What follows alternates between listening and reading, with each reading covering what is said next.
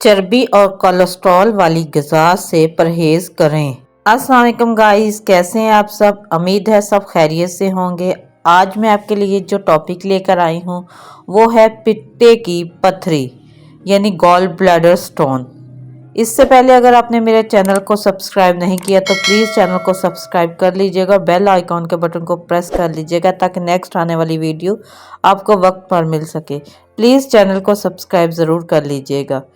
तो हम आज बात करेंगे पित्ते की पथरी, वजूहात, अलामतें और इसका ट्रीटमेंट। पित्ते की पथरियों का मर्ज तेजी से बढ़ रहा है। यूरोप और अमेरिका 20%, पाकिस्तान, इंडिया में तकरीबन 50% आबादी इसका शिकार है। पित्ते की पथरी की वजह से खुराक सही हजम नहीं होती, भूख कम लगती है, मतली, कै, मुंह का जायका कड़वा और बेचैनी होती है। पित्ते की पथरी के मरीजों के लिए अंजीर और जैतून का तेल बहुत ज़्यादा मुफीद होता है, इसलिए मरीज अंजीर और जैतून का तेल बाकायदगी से इस्तेमाल करें। पित्ते की पथरी की अलामत। जिन लोगों के पित्ते में पथरी होती है इन्हें खाना देर से हजम होता है, मतली और कै की शिकायत रहती है। पीला यरकान भी पित्ते की पथरी की वजह से हो सकता है।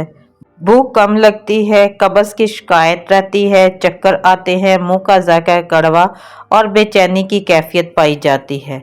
इसके अलावा कपकपी रहती है, आंखों और जिस्म का जर्द हो जाना, स्टूल का रंग हल्के रंग का हो जाना, सांस लेने में दुश्वारी होना, पेट में दर्द महसूस होना, गहरा रंग का पेशाब होना और बुखार वगैरह इसकी आम अलामतें हैं। पित्ते की पथरी की बहुत सारी वजूहात हैं, जिनमें सर-ए-फ़हरिस्त नाक़िस ग़िज़ा, खाने में बदपरहेज़ी, चिकनाई, मीठी अशिया का ज़्यादा इस्तेमाल, मोटापा, कोलेस्ट्रॉल, यूरिक एसिड की ज़्यादती, तेज़ी से वज़न घटने का अमल, पित्ते की सोज़श, डायबिटीज़, सिगरेट नोशी, सिरोसिस, गोश्त और चटपटे खानों का ज़्यादा इस्तेमाल इसमें शामिल है। पित्ते की पथरी के मरीजों के लिए हदायत। चर्बी और कोलेस्ट्रॉल वाली ग़िज़ा से परहेज़ करें, अपना वज़न कंट्रोल करें, आलू, चावल और गोश्त बंद कर दें। इलाज। पुराने ज़माने में हकीम पित्ते की पथरी के लिए मरीजों को अंजीर इस्तेमाल करवाते थे। अंजीर को जन्नत का फल भी कहा जाता है। अंजीर 3 से 4 दाने रोज़ाना नहार मुंह इस्तेमाल करें। अगर अंजीर खुश्क और सख्त हो तो थोड़ी देर के लिए गर्म पानी में रख कर नरम कर लें। पेट के जुमला अमराज के लिए जौ का दलिया बहुत मुफीद है। जौ के दलिए में दूध और शहद मिलाकर इस्तेमाल करें।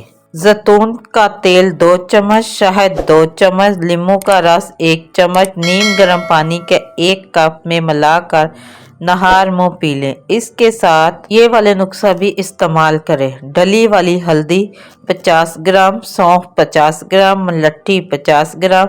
तीनों चीज़ों को बारीक पीस कर बड़े साइज के कैप्सूल भर लें। सुबह, दोपहर, शाम एक एक कैप्सूल ताज़ा पानी के हमरा इस्तेमाल करें।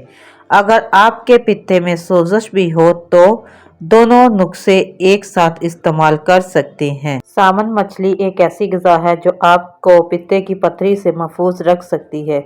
इसमें ओमेगा 3 फैटी एसिड बकसरत पाया जाता है जो जिगर और पित्ते की सेहत के लिए बहुत मुफीद होता है। इस चिकनाई की वजह से कोलेस्ट्रॉल लेवल में कमी आती है, जिससे पित्ते में पथरी बनने के मकानात बहुत कम हो जाते हैं। विटामिन सी से भरपूर फल और सब्जियां एक और ऐसी ग़िज़ा है जो पित्ते की पथरी के खिलाफ मजम्मत करती हैं।